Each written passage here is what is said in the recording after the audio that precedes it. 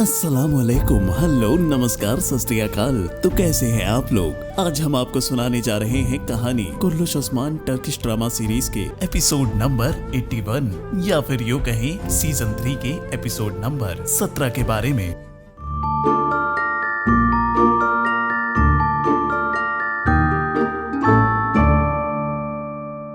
पिछले एपिसोड में हमने देखा था कि ओस्मान सरदार वजीर आलम शाह को जख्मी कर देते हैं। अब वहीं से इस एपिसोड की आगाज होती है, जहां पर वजीर ओस्मान बे से अपनी जान की भीख मांग रहा होता है, लेकिन ओस्मान बे उसे मारने ही वाले होते हैं कि वहां पर सल्जूकी सिपाही आ जाते हैं। उनकी तादाद इतनी ज्यादा होती है कि ओस्मान बे और उनके साथी उन्हीं से मुकाबला करने में लग जाते हैं। लेकिन ओस्मान सरदार का ये हुक्म था कि किसी भी सैनिक को मारा न जाए, ये हमारे ही तुर्क भाई हैं, बस इन्हें वजीर की चालों का इल्म नहीं है। और फिर वो सभी सिपाहियों को हराकर उन्हें बांध देते हैं। उनमें से एक सिपाही ओस्मान बे से पूछता है कि आप हमें मार क्यों नहीं देते? ओस्मान बे इस पे कहते हैं कि हम किसी तुर्क का खून नहीं बहाना चाहते, हमारी दुश्मनी तो सिर्फ उस वजीर से है जो सल्तनत में फितना फैला रहा है, जो कि हाथों से मिलकर सुल्तान का कत्ल करवाने की कोशिश कर चुका है। खैर, वक्त आने पर तुम लोगों को भी इस बात का इल्म हो जाएगा। वहीं जब ओस्मान बे और उनके साथी सिपाहियों से निपट रहे थे, वजीर आलम शाह को होश आ जाता है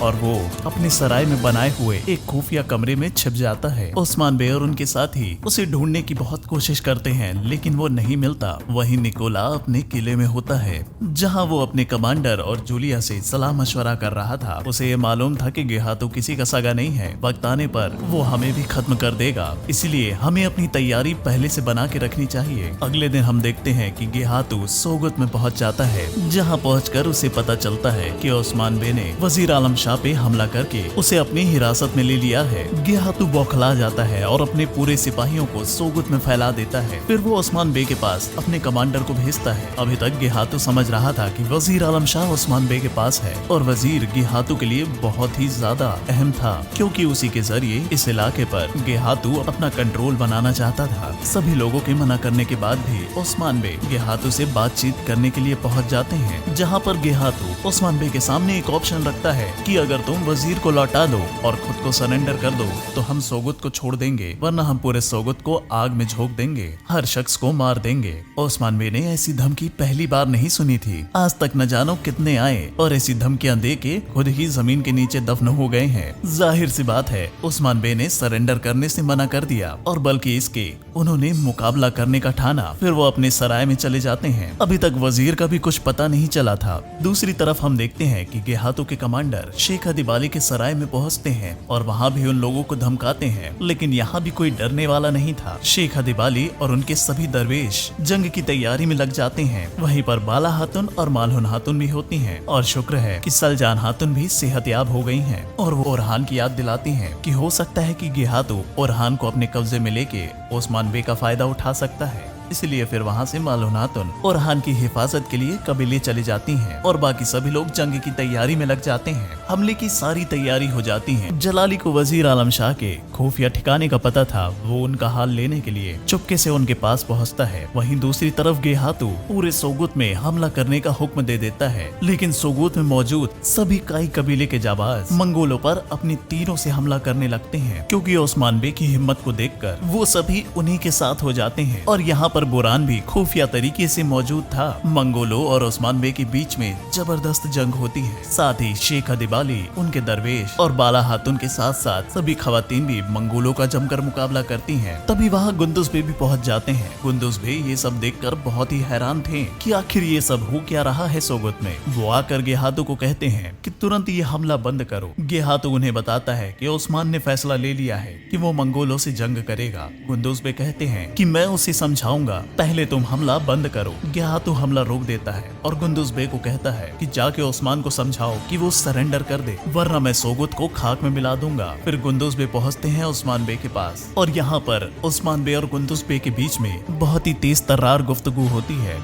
ओस्मान बे गुंदुज बे के हर उस एक्शन के लिए उनसे सवाल करते हैं जो फैसला फैसले गुंदुज बे ने उस्मान बे के न रहते हुए लिए थे। गुंदुज बे उस्मान बे को सरेंडर करने के लिए कहते हैं, लेकिन उस्मान बे सरेंडर नहीं करते हैं और वो अपना आखिरी फैसला सुना देते हैं। गुंदुज बे वहाँ से चले जाते हैं। वहाँ से फिर वो गेहातु के पास पहुँचते हैं। गेहातु को जब ये बात पता चलती है तो वो पूरे सोगत को तहस नहस करने का हुक्म दे देता है, लेकिन गुंदुज बे वहाँ उनके बीच आ जाते हैं और कहते हैं कि सोगत के लोगों पर हमला करने से पहले तुम्हें मुझसे मुकाबला करना होगा। तभी वहाँ पर जलाली पहुँच जाता है और वो खबर देता है कि उस्मान बे अब सोगत में नहीं है और वजीर महफूज है। फिर गेहातु वजीर से मिलने पहुँचता है और वो उस्मान बे को ढूंढने के लिए अपने सिपाहियों को भेजता है।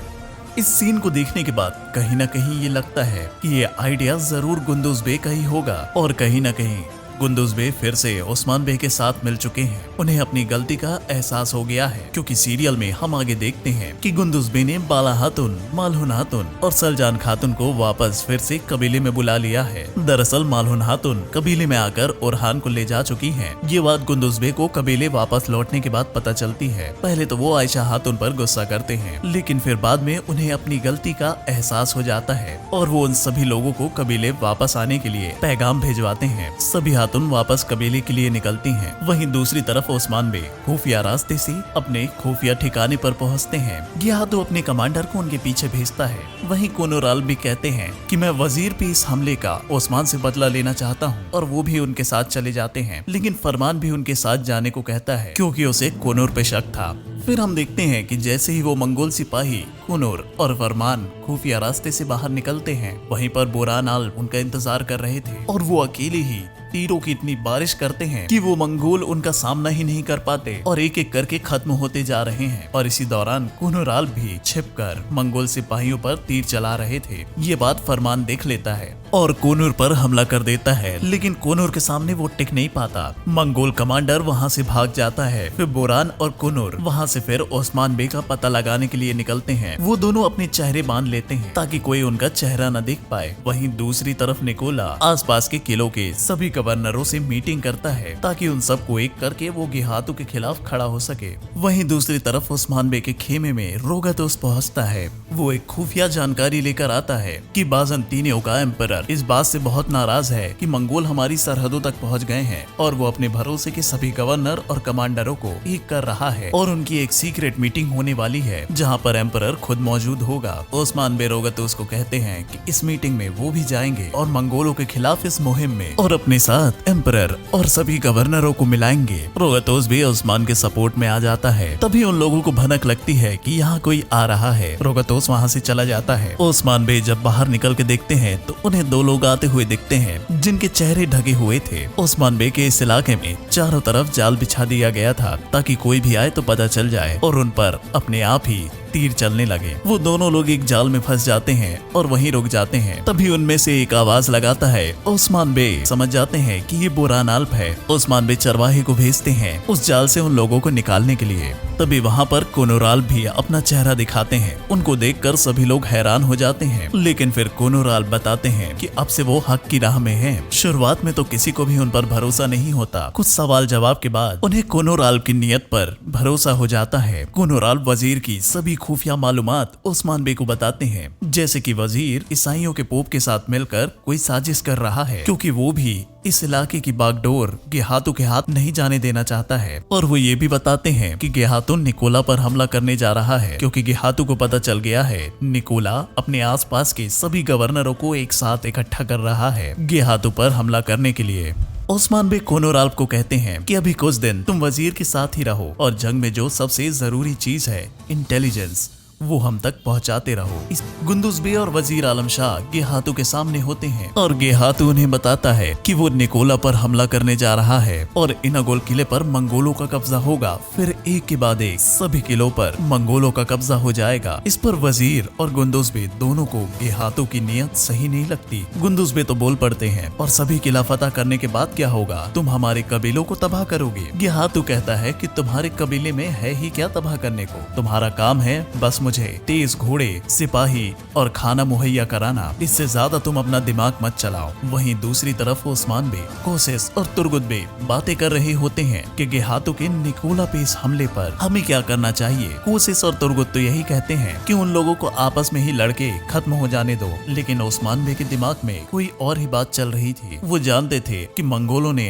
अगर इनागोल किला फतह कर लिया तो वो पूरे इस एरिया में तबाही मचा देंगे, और उन्हें ये भी पता था कि आर्गुन खान 20,000 मंगोल सैनिकों की बड़ी सेना गेहातु को भेज रहा है ताकि वो सभी बागियों को कुचल सके। इसलिए वो कहते हैं कि इस वक्त में निकोला का मरना सही नहीं होगा, और वो कहते हैं कि हमें निकोला को अपनी तरफ करना होगा मंगोलों से ये जंग जीतने के लिए। तुर्गुत बे और कोसेस इस पर राजी नहीं दिखते हैं क्योंकि उनके साथ निकोला की पुरानी दुश्मनी है, लेकिन ओस्मान बे समझाते हैं कि निकोला को सजा मिलेगी, लेकिन सही वक्त आने पर अभी मुर्दा निकोला से ज्यादा जिंदा निकोला हमारे फायदे में। फिर वो लोग अगले दिन की तैयारी करने लगते हैं। अगले सीन में हम देखते हैं कि वजीर आलम शाह गेहातु के साथ होता है। तभी वहाँ पर गेहातु के नाम एक खत आता है जिसमें उसे पता चलता है कि वो 20,000 सैनिक वो बहुत नजदीक आ चुके हैं। गेहातु ये बात वजीर को बताता है और कहता है कि इस एरिया में मैं हर उस चीज को खत्म कर दूंगा जो मेरे खिलाफ उठेंगे। ये तो हम पहले ही जान चुके हैं कि वजीर नहीं चाहता कि गेहातु इस एरिया में ज्यादा दिन तक रहे, क्योंकि कहीं न कहीं वजीर का भी यही एक ख्वाब है कि मंगोलों और बाजंतीनियों को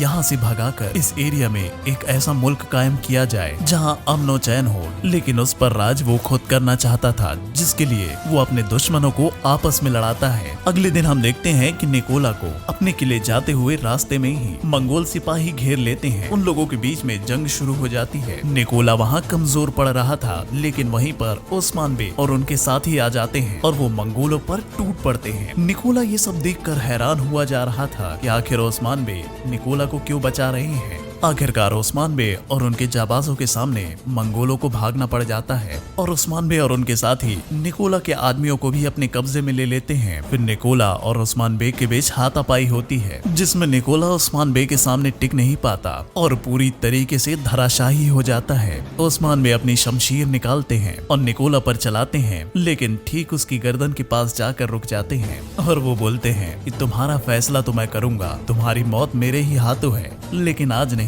निकोला इस पर सुकून की सांस लेता है और ओस्मान बे उसे बताते हैं कि फिलहाल अभी वक्त है हम लोगों को साथ मिलकर गेहातु के खिलाफ खड़े होने का। निकोला समझ जाता है कि गेहातु के खिलाफ मुकाबला करने के लिए ये सारी साजिश की जा रही है, और फिर यहीं पर यह एपिसोड खत्म हो जाता है।